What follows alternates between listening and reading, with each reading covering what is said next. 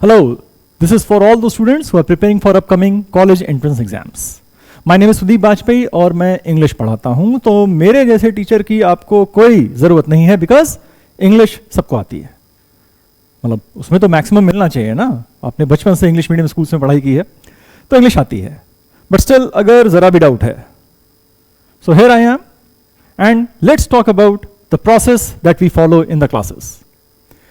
Mainly आपका जो exam होता है, it is based on reading comprehension, grammar and of course vocabulary.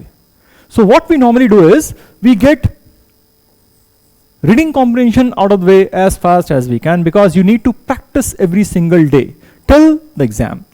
तो जो भी उसके approaches हैं, जो भी उसके nuances हैं, उनको हम पहले ही workout कर लेते हैं, so that you can go ahead and start practicing on your own. That is reading comprehension. And then you've got grammar, mainly parts of speech, noun, articles, pronoun, adjectives, verb, adverb, preposition and conjunction. Then we also cover the very important topic of subject verb agreement, क्योंकि यहां पे दिक्कतें बचपन से होती आई हैं और अभी भी होती रहती हैं. And we add two more topics of narration and voice. इनको कवर करने के बाद we get down to working on individual topics like idioms and phrases, figures of speech, parajumbles, and lagi. And in the meantime, on a parallel basis, every single day you are handed over a sheet of words with exercises, जो कि आपको खुद करना है. मेरा suggestion ये रहता है that it is not useful if you just do the sheet once and forget it. Do it once.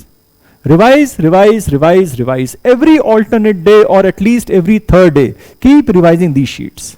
So at the end of the course, जो भी आपका 30-40 day whatever, at the end of the course, आपने जो भी word सीखे हैं at least उनका 80% आपको याद रहेगा. Otherwise by the 30th day आपको पहले 5 दिन का कुछ भी याद नहीं है, मेमोरी तो वैसे भी शॉर्ट है.